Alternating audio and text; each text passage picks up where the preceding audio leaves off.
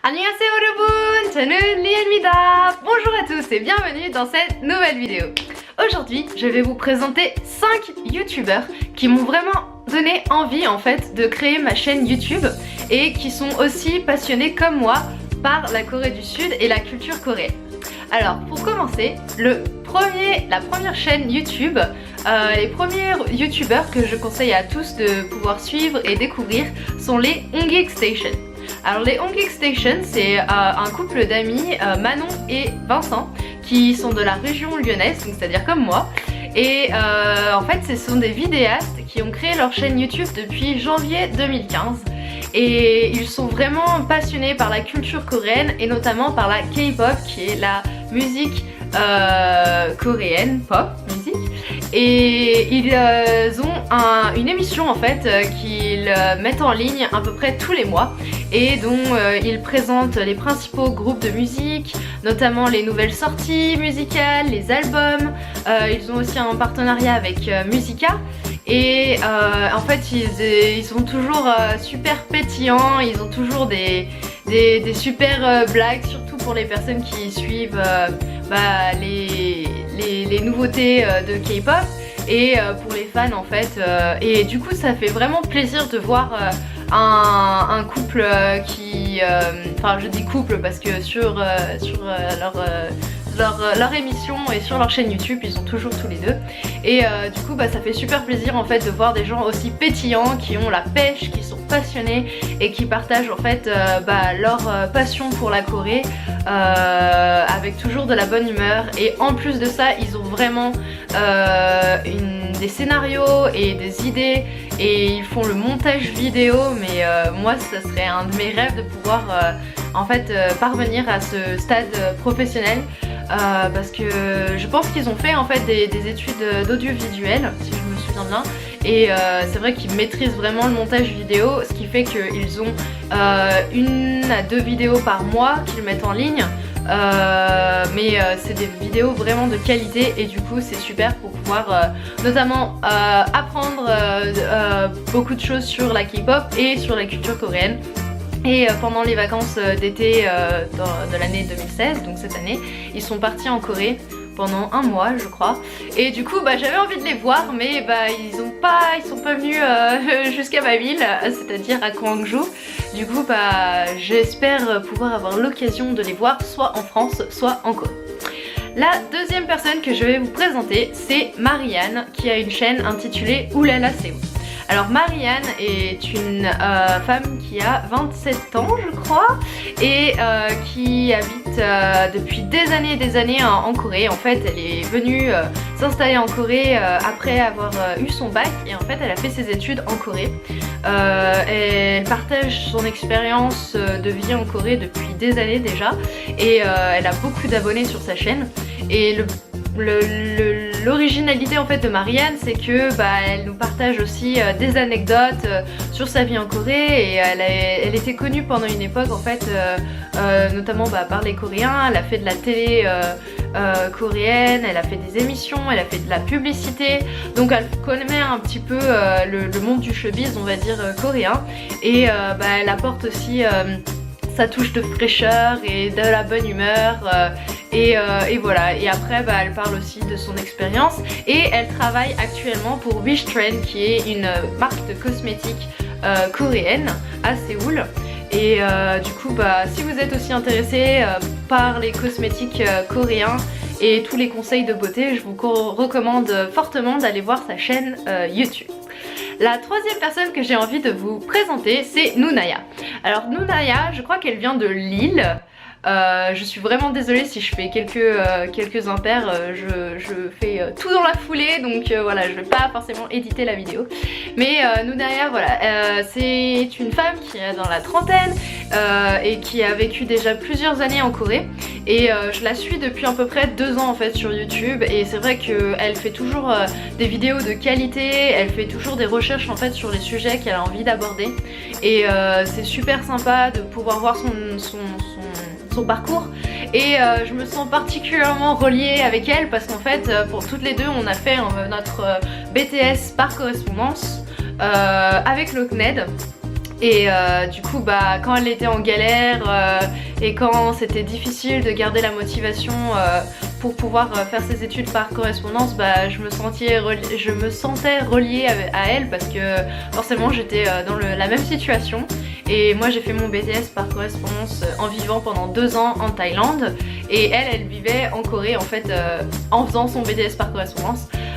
Du coup voilà, je comprends par tous les émotions par lesquelles elle est passée. Et puis aussi ce qui est intéressant avec la chaîne de Naya, c'est qu'elle n'hésite pas à partager aussi ses désagréments, les mauvais côtés de la Corée, parce qu'on a tendance à idéaliser la Corée du Sud et à penser que c'est un peu le pays des bisounours, et en fait non, il y a aussi quand même des mauvais aspects, des aspects négatifs et qu'on n'arrive pas forcément à prendre conscience, surtout quand on est en France et quand on a accès que aux médias, télé, drama. Et donc du coup c'est intéressant aussi d'avoir son point de vue avec des exemples et ces anecdotes de la vie en Corée du Sud. Voilà. Par contre Nunaya, elle n'est plus en Corée du Sud pour l'instant, elle est rentrée en France histoire de faire une licence pro. Donc en fait on se chevauche parce que moi aussi en fait après mon BTS en tourisme par correspondance en Thaïlande, je suis rentrée en fait en France pendant à peu près 1 an pour faire une licence pro dans le tourisme. Et là du coup maintenant j'habite en Corée du Sud. Mais voilà, donc c'est assez intéressant en fait de comparer nos parcours et voilà, donc c'est une personne à qui, que je m'intéresse beaucoup. Ensuite, la 4e personne, je dirais que c'est Togen. Alors Togen en fait c'est le créateur de KFM, qui est une radio en ligne de K-pop. Et maintenant il habite depuis à peu près je crois 3 ans en Corée du Sud, à Séoul. Il a une copine coréenne et en fait Togen vient juste de commencer en fait sa chaîne YouTube, donc il y a quelques mois, je crois qu'il y a moins de 2 mois ou 3 mois, et il a déjà plus de 20 000 abonnés, 25 000 abonnés, et c'est vraiment super intéressant. Et le grand avantage de la chaîne YouTube de Togen, c'est qu'en fait il met des vidéos en ligne très régulièrement, à peu près tous les 2 ou 3 jours, et il essaye de faire sur des sujets variés.